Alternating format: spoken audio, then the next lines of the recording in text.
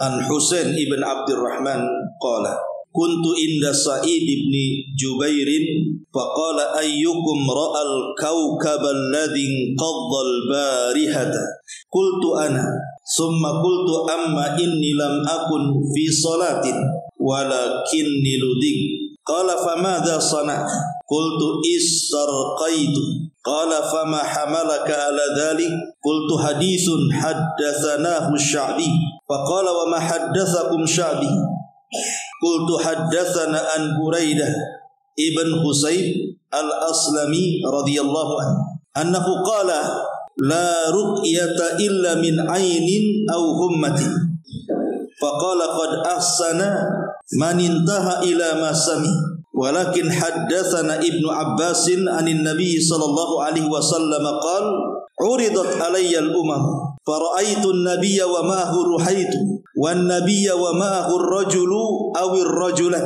wan nabiy wa laysa ma'ahu ahad id rufi'a li sawadun 'azim fadhanantu annakum ummati faqila li hadha Musa alaihi salam wa qaumuhu walakin unzur ila al-ufuq fanadhartu fa idha sawadun 'azimun faqila li unzur ila al-ufuq al-akhar fa idha sawadun 'azim faqila li hadhihi ummatuka wa ma'ahum 70,000 yadkhuluna al-jannata bighairi hisabin wala adhab thumma nahadha fadakhala manzilah fakhadha an-nas fi ulaika alladhina yadkhuluna al-jannata bighairi hisabin wala adhab faqala ba'duhum fala'allahum alladhina sahibu Rasulullah sallallahu alaihi wasallam faqala ba'duhum fala'allahum alladhina wulidu fil Islam wa lam yushriku billahi wa dhikru asya' فخرج عليهم رسول الله صلى الله عليه وسلم فقال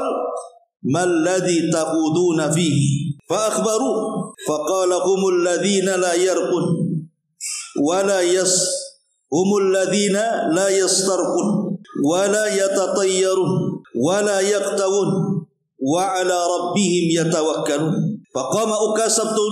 فقام أكاسة ابن محصن فقال ادعو الله أن يجعلني منهم فقال أنت منهم ثم قام رجل آخر فقال ادعو الله أن يجعلني منهم فقال النبي صلى الله عليه وسلم سبق بها أكاسة.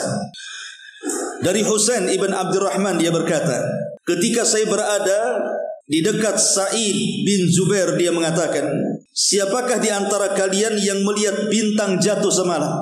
Saya jawab, saya. Kemudian saya katakan, adapun saya ketika itu tidak dalam keadaan salat, tetapi tersengat kala jengking. Lalu ia bertanya, lalu apa yang anda kerjakan? Maka saya menjawab, saya minta diruqyah. Lalu dia bertanya lagi, apa yang mendorong anda melakukan hal tersebut? Maka ku jawab sebuah hadis yang diceritakan Sya'bi kepada kami. Ia bertanya lagi, apakah hadis yang diceritakan Sya'bi kepada anda itu? Maka saya katakan, dia menceritakan hadis itu dari Buraidah ibn Husayb. Tidak ada ruqyah kecuali karena ain ataupun karena tersengat-sengatan. Kemudian Sa'id pun berkata, alangkah baiknya orang yang beramal sesuai dengan nas yang telah didengarnya. Akan tetapi Ibnu Abbas radhiyallahu anhuma mengatakan kepada kami hadis dari Nabi sallallahu alaihi wasallam, beliau bersabda, saya bersama beberapa orang, saya telah diperlihatkan beberapa umat oleh Allah Subhanahu wa taala, lalu saya, kata Rasul, melihat seorang nabi bersamanya beberapa orang saja. Kemudian juga aku melihat ada seorang nabi yang hanya pengikutnya satu atau dua orang, dan aku juga melihat nabi sama sekali tidak ada pengikutnya. Tiba-tiba kemudian ditampakkan kepadaku sekelompok orang yang sangat banyak sekali. Lalu aku mengira mereka adalah umatku, tetapi disampaikan kepadaku bahwa itu adalah Musa dan kaumnya. Lalu tiba-tiba aku melihat lagi sejumlah umat yang sangat besar, dan disampaikan kepadaku, ini adalah umatmu, bersama mereka ada 70.000 manusia, mereka akan masuk surga tanpa hisab dan azab. Kemudian beliau bangkit dan masuk ke dalam rumahnya. Maka para sahabat kemudian saling berbicara satu dengan yang lainnya. Sebagian mereka mengatakan boleh jadi mungkin yang dimaksud 70.000 itu adalah sahabat Rasul. Sebagian mereka berpendapat boleh jadi mereka adalah anak-anak yang dilahirkan dari sahabat Rasul dan mereka tidak pernah melakukan kesyirikan kepada Allah Azza wa Jalla sedikit pun. Lalu sebagian mereka menyebutnya yang lain. Ketika kemudian suara semakin ramai, maka Nabi SAW keluar. Kemudian Nabi memberitakan kepada mereka. Kata Nabi SAW, mereka itu adalah orang-orang yang tidak minta diruqyah, tidak minta dikai, dan tidak pernah melakukan tatayur, serta mereka bertawakal kepada Rabb mereka. Tiba-tiba Uqasah bin Mihsan berdiri dan berkata, mohonkanlah kepada Allah, mudah-mudahan aku termasuk mereka ya Rasulullah. Kemudian boleh menjawab, engkau termasuk mereka. Kemudian berdiri seseorang yang lain dan berkata, aku juga wahai Rasul, doakan supaya aku bagian daripada mereka. Maka Nabi SAW mengatakan, kamu sudah didahului oleh Uqasah. Hadis ini dikeluarkan oleh Imam Al-Bukhari dan juga Muslim. Dan hadis ini juga sebagai dasar tentang ada orang-orang yang masuk surga tanpa hisab dan adab. Ma'asyiral muslimin yang dimuliakan Allah Subhanahu wa taala, ada beberapa faedah dari hadis ini sebelum kita bentangkan. Di dalam hadis ini Nabi sallallahu alaihi wasallam menyebutkan kalimat sab'una alfan, 70.000 orang-orang yang akan masuk surga tanpa hisab dan adab. Sebagian para ulama mengatakan bahwa kalimat 70 itu bukan menunjukkan pembatasan. Orang Arab kalau ingin mengemukakan jumlah yang banyak itu biasanya selalu menyebut kalimat 70.000. Berarti kalimat 70.000 itu bukan pembatasan. Bukan hanya 70.000 saja yang masuk surga tanpa hisab dan azab. Banyak sebenarnya, lebih daripada 70.000. Apalagi kalau seandainya kita melihat riwayat yang dikeluarkan oleh Imam Ahmad dan dikomentari oleh Al-Hafidh Ibnu Hajar rahimahullahu taala, sanadnya sangat jayyid, sangat baik sekali. Jadi Nabi SAW mengatakan, fastajdadtu rabbi fazadani ma'a kulli alfin sab'ina alfan. Kata Nabi SAW, maka saya meminta tambahan kepada Rabbku. Kemudian Allah memberi saya tambahan, di mana setiap 1.000 orang akan membawa 70.000 orang lagi. Berarti berapa itu? Kalau dalam hadis yang pertama 70.000 orang yang masuk surga tanpa hisab dan adab. Dalam Musnad Imam Ahmad, setiap 1.000 membawa 70.000. Berapa jumlahnya? Berarti 70.000 kali 70.000, gitu maksudnya. Berarti 4.900.000.000 kan itu. Coba yang pura kalkulator. Ya mungkin begitulah ya. Ya kalau 70.000 kali 70.000 ya 4 miliar lebih lah kan begitu. Ini kalau kita dikalkulasi semuanya. Kalau kita gabungkan antara riwayat Bukhari Muslim dengan riwayat yang ada dalam Musnad Imam Ahmad. Tapi kalau mengikut pendapat yang mengatakan bahwa kalimat 70 sab'una alfan itu bukan al-ibratu laisa birraqmi, bahwa ibrah itu bukan dengan angka, tapi itu istilah orang Arab mengemukakan sebuah yang banyak itu, mengistilahkan kalimat 70.000. Artinya tidak terbatas. Okelah kalau seandainya kita mengambil dua riwayat ini, bahwa yang masuk surga tanpa hisab dan azab itu 70.000 berdasarkan riwayat Bukhari Muslim. Kemudian masing-masing 1.000 membawa 70.000 lagi berdasarkan riwayat Musnad Imam Ahmad, berarti 4 miliar ke atas. Bukan berarti yang masuk surga itu cuma 4.900.000.000 saja, tidak. Yang masuk surga itu banyak. Cuman yang tersifati dengan sifat 4 ini yang disebutkan, mereka tidak minta diruqyah, mereka tidak minta dikai, mereka tidak tatayur, mereka senantiasa bertawakal kepada Allah. Ya jumlahnya hanya 70.000, setiap 1.000 membawa 70.000 yang lainnya. Tapi amalan-amalan yang memasukkan kita ke dalam surga bukan 4 amalan ini saja. Banyak amalan-amalan yang lain yang bisa memasukkan kita ke surga. Tidak mesti 70.000 ini saja kan begitu. Kan banyak amalan-amalan selain daripada 4 perkara ini kan. Jalan-jalan menuju surga itu. Bahkan ada satu buku judulnya 175 Jalan Menuju Surga. Kan banyak artinya kan. Cuman yang masuk surga tanpa hisab dan azab dalam satu redaksi hadis ya jumlahnya 70.000. Setiap 1.000 membawa 70.000 yang lainnya. Berarti 4.900.000.000. Kalau menggabungkan dua riwayat yang dikeluarkan Bukhari dan Muslim bersama riwayat Musnad Imam Ahmad di sini. Ma'asyiral muslimin wal muslimat rahimani wa rahimakumullah. Dalam riwayat Muslim dan juga Bukhari, Nabi SAW mensifati tentang 70.000 orang yang masuk surga tanpa hisab dan azab itu. Apa kata Nabi SAW? Annahum tadhi'u wujuhahum idha'ata lailati badrin. Wajah-wajah mereka bersinar-sinar seperti sinar bulan ketika purnama-purnamanya. Jadi nampak nanti di padang mahsyar itu orang-orang yang masuk surga tanpa hisab dan azab, mereka dibedakan dari wajah-wajahnya, di mana wajah-wajah mereka seperti bulan pada malam purnama dan mereka bersinar-sinar. Itu dalam riwayat Bukhari dan Muslim. Taib, kita bahas sedikit-sedikit dari awal. Jadi Husain ibn Abdurrahman ini berkata kepada orang-orang yang ada di situ, salah satunya Sa'id ibn Jubair radhiyallahu anhu. Ketika aku berada di dekat Sa'id ibn Jubair, dia berkata, siapa di antara kalian yang melihat bintang jatuh semalam? Jadi Sa'id bin Jubair ini bertanya kepada orang-orang yang di situ, semalam ada meteor, saya melihatnya. Ada nggak di antara kalian melihat? Maka kata Husain bin Abdurrahman, ya, kebetulan aku melihatnya. Kebetulan aku melihatnya semalam. Aku tidak tidur semalam. Tetapi aku tidak tidur bukan karena sholat, tapi aku tidak tidur karena tersengat kalajengking. Lihat bagaimana ibarat ulama salaf di sini mengajarkan keikhlasan.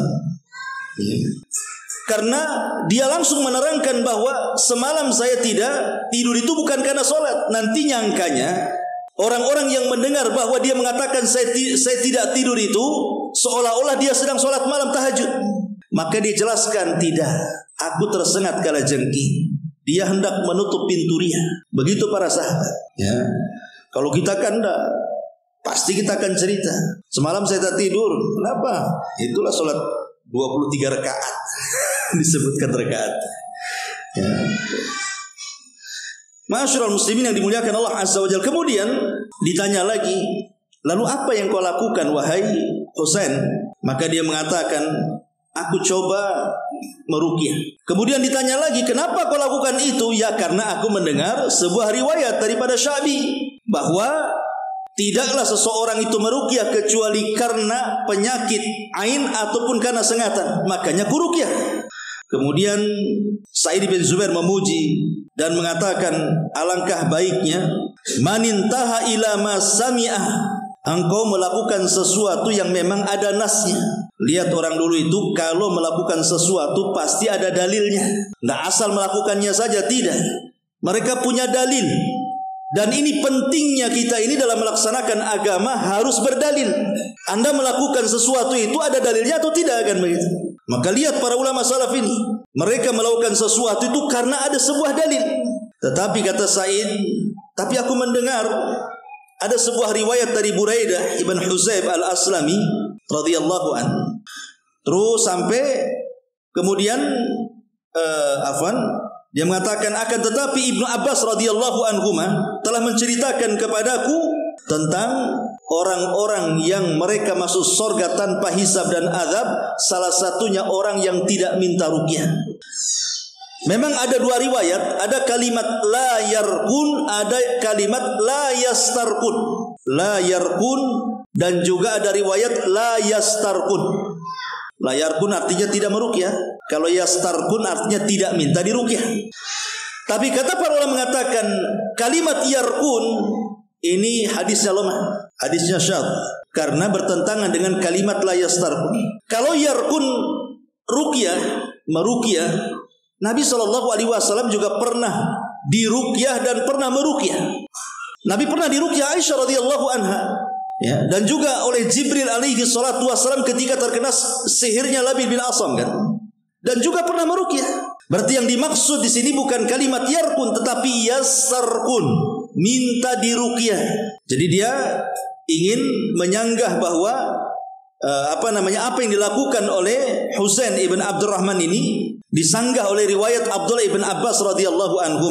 Kemudian di situ disebutkan bahwa ketika Nabi SAW diperlihatkan sebuah umat, apakah ketika itu Rasul sedang mimpi diperlihatkan, ataukah yang dimaksud dalam peristiwa Isra dan Mi'raj ketika Rasul diperlihatkan tentang akhirat? Sebagian para ulama mengatakan bahwa Nabi SAW diperlihatkan di sini dalam mimpi.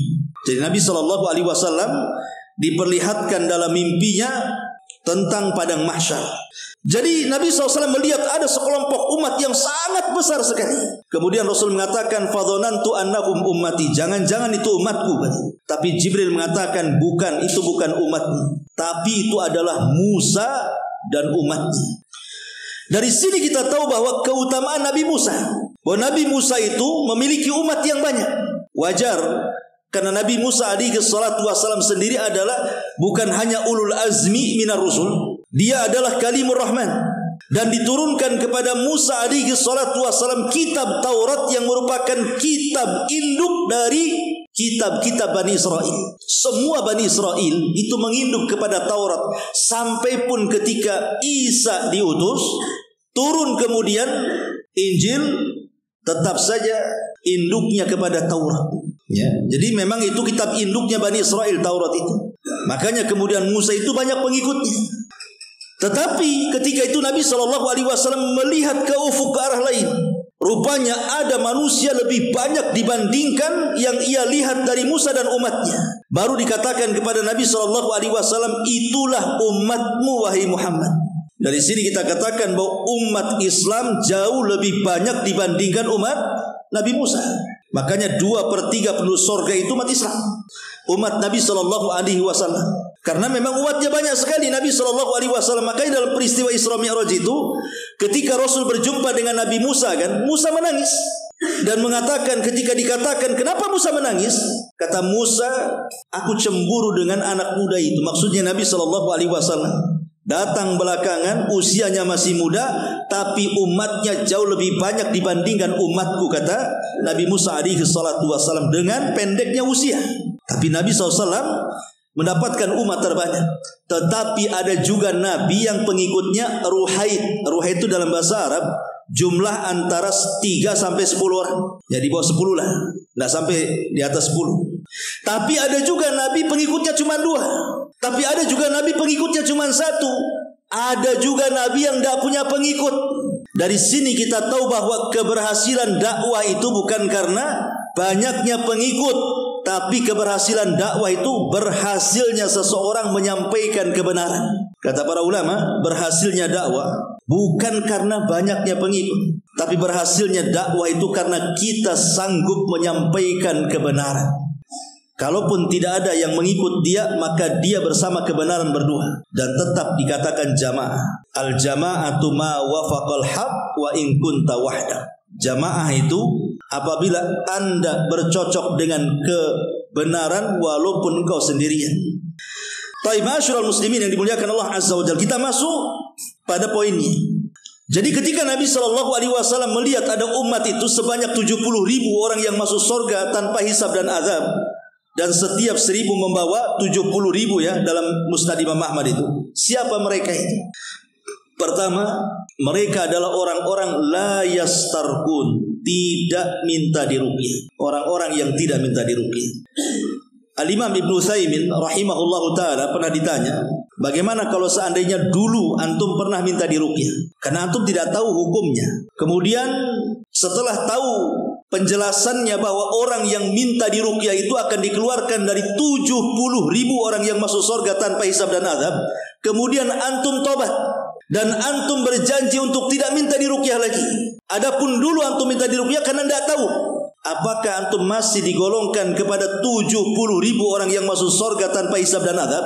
Maka jawaban Syekh Utsaimin rahimahullahu taala mengatakan, insyaallah masih termasuk. Wal ilmu indallah, tapi ilmunya di sisi Allah Subhanahu wa taala. Karena kebenarannya baru tahu sekarang kan begitu.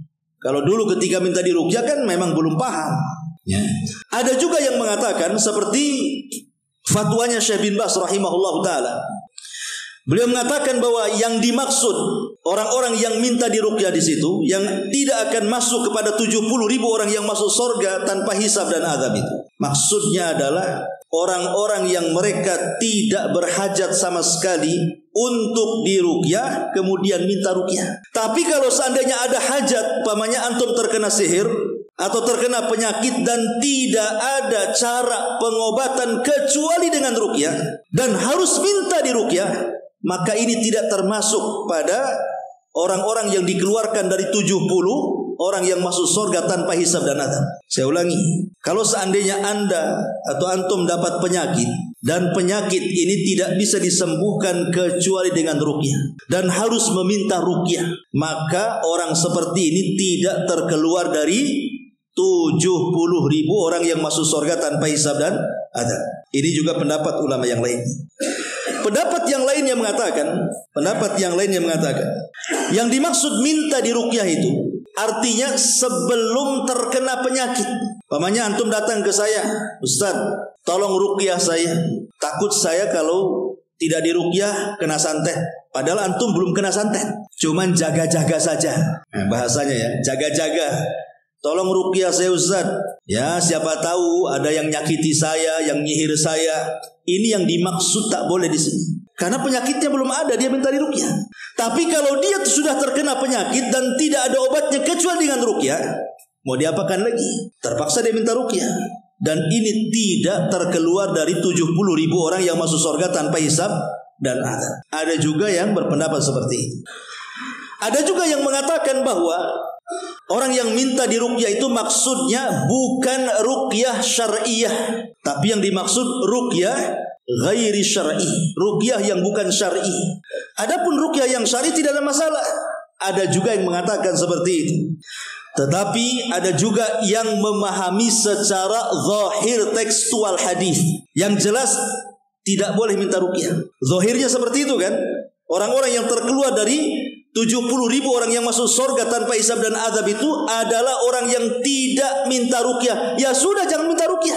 Walaupun kita kena penyakit nih, kita ingat hadis tersebut. Sudahlah, saya sabar aja lah. Saya akan berdoa kepada Allah, saya akan ruqyah mandiri saja. Dan ulama mengatakan kondisinya yang seperti ini lebih utama. Ya.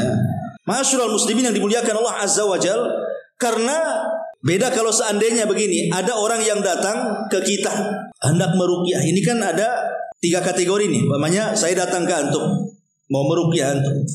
Satu, ada orang yang antum minta ruqyah kepada saya. Terpaksa saya datang kepada antum kan. Yang kedua, memang saya datang ingin nolong. Antum tidak minta ruqyah, saya datang ingin ngeruqyah. Jadi yang pertama antum telepon saya, Ustaz datang kemari, ruqyah saya. Ini satu. Yang kedua, saya dengar antum sakit, saya datang ingin meruqyah antum.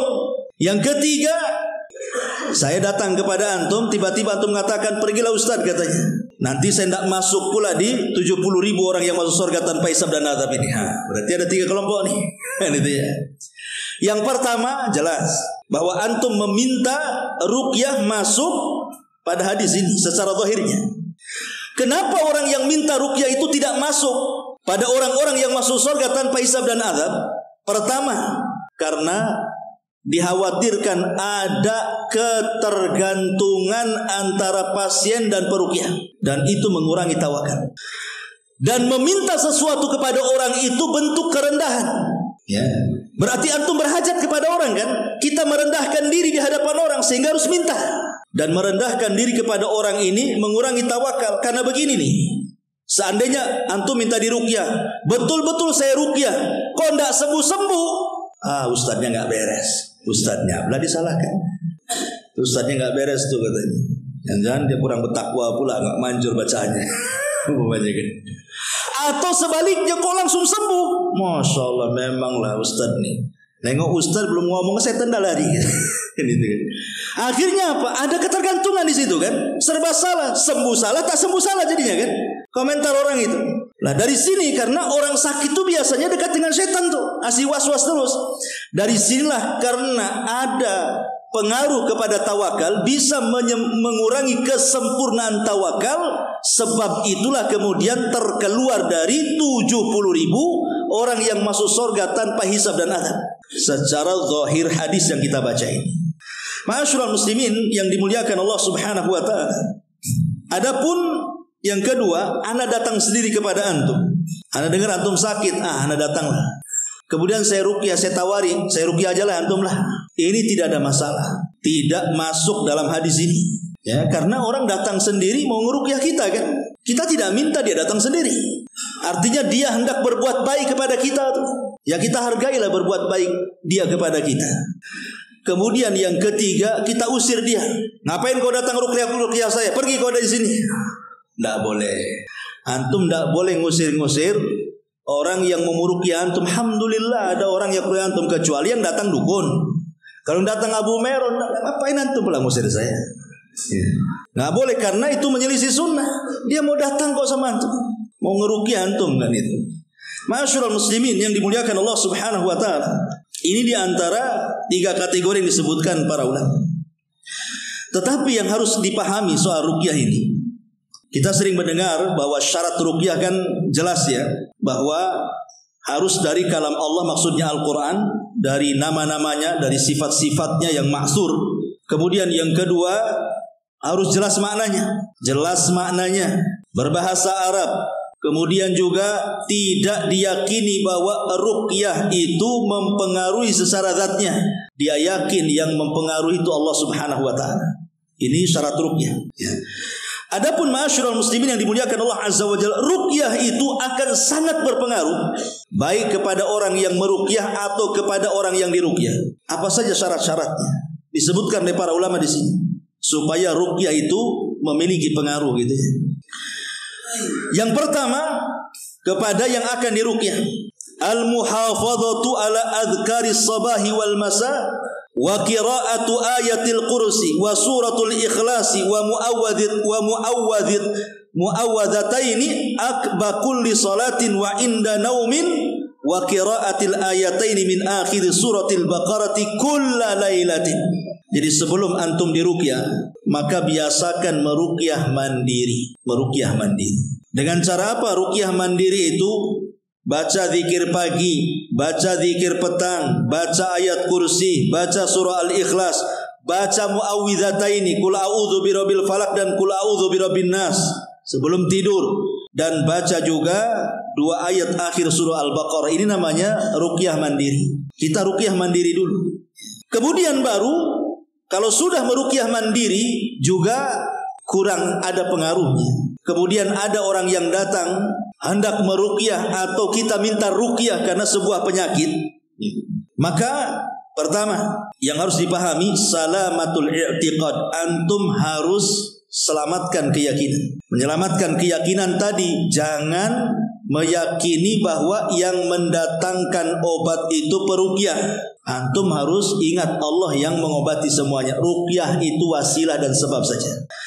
Yang kedua, antum perbaiki amal hati. Perbaiki amal hati dari hasad, dari dengki, dari macam-macam lah kan begitu. Kemudian juga yang ketiga, pasang keikhlasan kepada Allah Azza wa Jalla. Kemudian juga yang keempat, sidqut tawakkul ala Allah, berusaha untuk menguatkan tawakal kepada Allah Azza wa Jalla. Kemudian juga i'tiqad talibir ruqyati anna naf'a wa dhurra biyadillah. Ingat keyakinan meminta ruqyah itu bahwa manfaat dan madarat tetap di tangan Allah Azza wa Jalla. Kemudian yang selanjutnya al-iqbal ala Allah ma'at taubah. Sebelum diruqyah bertobat kepada Allah Subhanahu wa taala. Wa taqallus minal ma'asi wal atham. Kemudian berusaha meninggalkan maksiat dan dosa, dan juga kezaliman kepada orang lain. Kemudian juga al-amalu bil Qur'anil Karim, biasakan membaca Al-Quran dan mengamalkannya.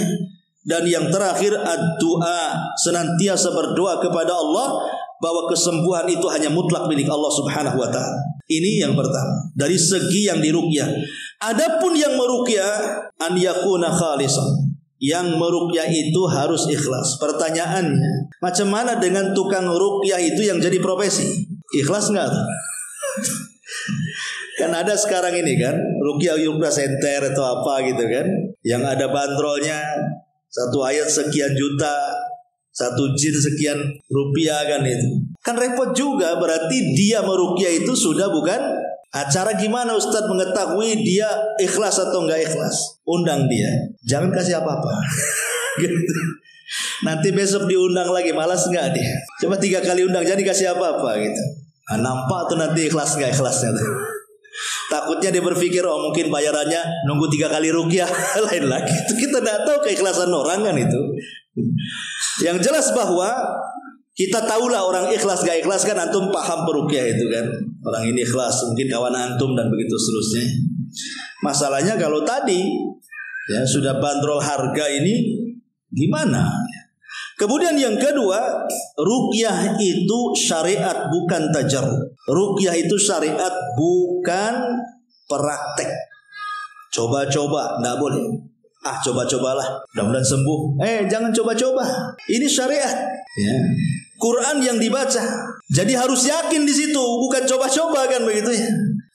Kemudian juga an yakuna raqi adlan fi dini. Zahirnya dia baik, takwa zahirnya. Ya, suka ke masjid, nampak dari penampilannya gitu. Kemudian juga an ya'tiqida raqi annallaha huwa syafi. Seorang peruqyah harus meyakini yang menyembuhkan bukan dia, bukan bacaannya, tetapi Allah Subhanahu wa taala. Dan yang lebih penting lagi an yakuna raqi aliman bi turuqil mu'alajati bi ruqyati syar'iyyah.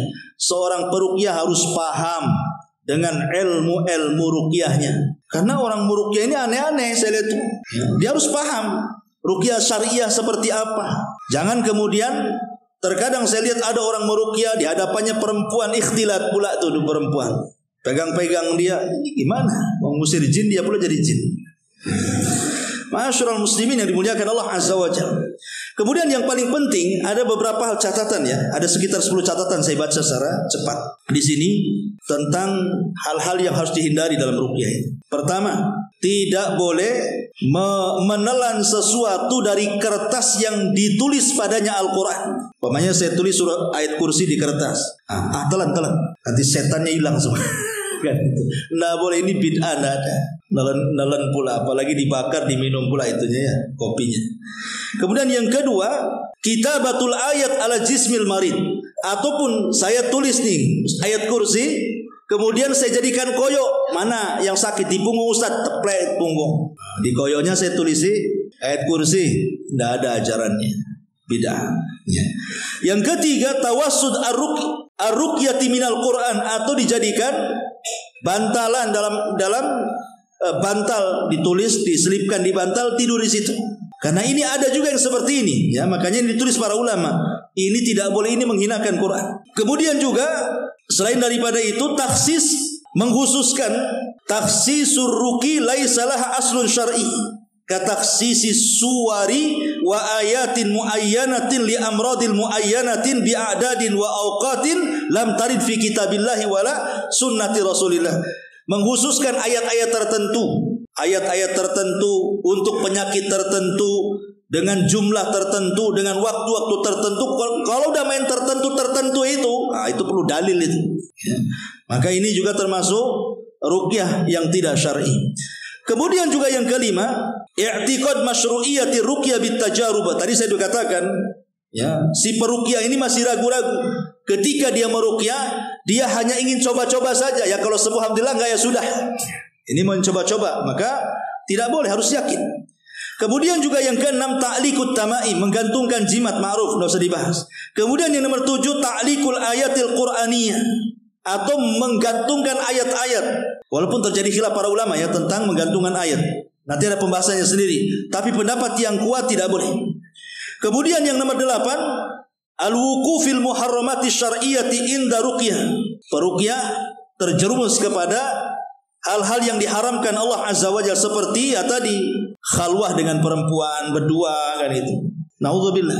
Ya, terkadang orang yang diruqyahnya itu juga harus perhatikan pakaiannya, karena kan ada kisah juga salah satu ustaz kita di Batam ini. Tahu kisahnya? Ya. Jadi ada seorang perempuan ini enggak pakai baju, enggak pakai apa-apa badannya itu, celana pun tidak. Cuma dia pakai mukena saja. Tiba-tiba kemudian kesurupan dia. Dibawa kawannya ke salah satu ustaz kita ini. Ustaz kita tak tahu Kalau dia tak pakai apa-apa, cuman bawa mukena aja kan. Di ruqyah rupanya guling-guling, auratnya terbuka semua. Yang lari bukan jinnya, ustadz yang lari. Makanya dipastikan dulu nih yang mau diruqyah ini pakaiannya seperti apa kan itu. Jangan setelah kejadian baru lari semua. Nah ini makanya ini kan harus paham juga yang seperti ini kan gitu. Taib. Kemudian juga di sini ta'alluqul mardha wal muhtajina birruqa. Ya, terlalu yakinnya pasien dengan peruqyah sehingga menggantungkan hatinya kepada peruqyah tadi bukan kepada Allah Subhanahu wa taala. Kemudian wa min a'dhamil fitan wal mafasid aidan annaha futihat baban lil musya'wadhina wad dajalina alladhi yumarisuna hadhil mihan bi anwa'id dajali wasyirk wal isti'anati bil jin ila akhir.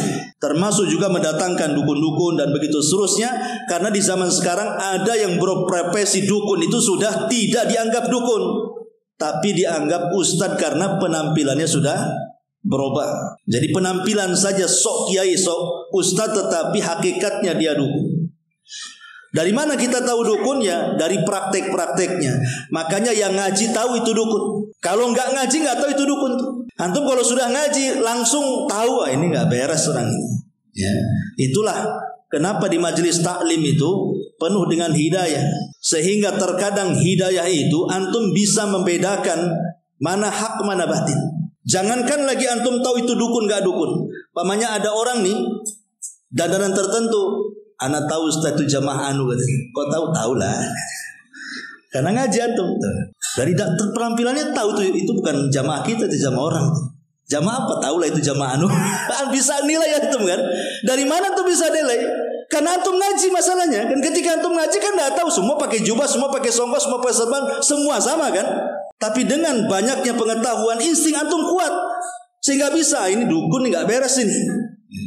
Tahu jadinya kan itu taufik dari Allah Azza wa Jalla. Kita bisa membedakan hak dan batil itu.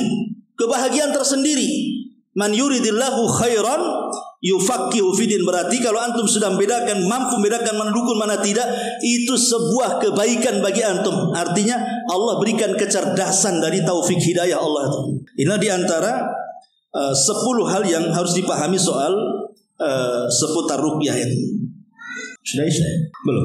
Taib. Kemudian bicara tentang ruqyah juga, Syekh bin Baz rahimahullahu taala beliau mengatakan, as-sab'una alfan humul ladzina istaqamu ala dinillahi wa taraku maharimallah wa addaw ma aujaballah wa min sifatihim at-tayyibah adamul istirqa walakin al-istirqa la yamna'u kaunuhu minas sab'ina alfan wal istirqa talabur ruqyati wa idza da'atil haja ila hadza fala ba'sa wan nabiy sallallahu alaihi wasallam amara Aisyah an tastarqiya wa amara umma auladi Ja'far an tastarqiya li auladiha fala haraja fi dzalik. Kata Syekh bin Baz rahimahullahu taala, kalimat 70.000 mereka adalah orang-orang yang istiqomah di atas agama Allah, meninggalkan yang diharamkan Allah dan berusaha melaksanakan kewajiban-kewajiban Allah. Jadi tidak hanya sekedar karena tidak minta diruqyah, kemudian tidak kai, kemudian tidak tatoyur, kemudian tawakal, bukan itu, tapi ada pendahuluannya. Dengan cara apa? Istiqomah di atas agama, meninggalkan yang diharamkan, kemudian melaksanakan kewajiban. Lah di antara sifat-sifatnya ini yang 4 ini. Ya, jadi setelah kemudian dia istiqomah meninggalkan yang haram, kemudian yang diwajibkan, ditambah dengan 4 perkara ini. Tidak minta diruqyah, tidak minta dikai, tidak tatoyur, dan juga senantiasa bertawakal kepada Allah Subhanahu wa taala. Insyaallah kita lanjut mendengarkan. Subhanakallah bihamdika asyhadu an la ilaha illa anta astaghfiruka wa atubu ilaik. Allahu ta'ala alam. Assalamualaikum warahmatullahi wabarakatuh.